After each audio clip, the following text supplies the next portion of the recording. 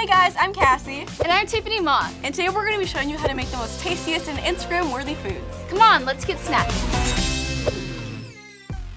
Regular size banana splits are so last season.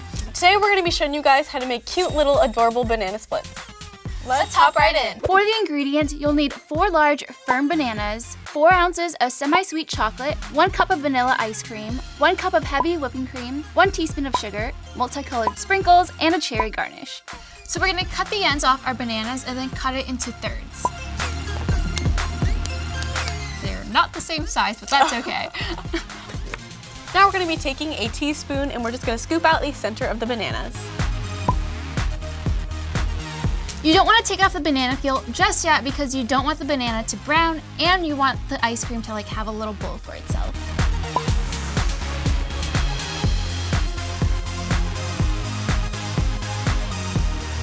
So now we're going to pop these inside the freezer and let it sit for 30 minutes. So we already froze the bananas for 30 minutes and then peeled off the banana peel. Now we're just going to dip them inside the chocolate and sprinkle on some sprinkles.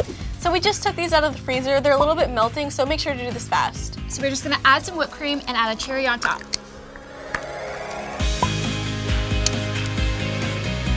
So it's time to taste them now.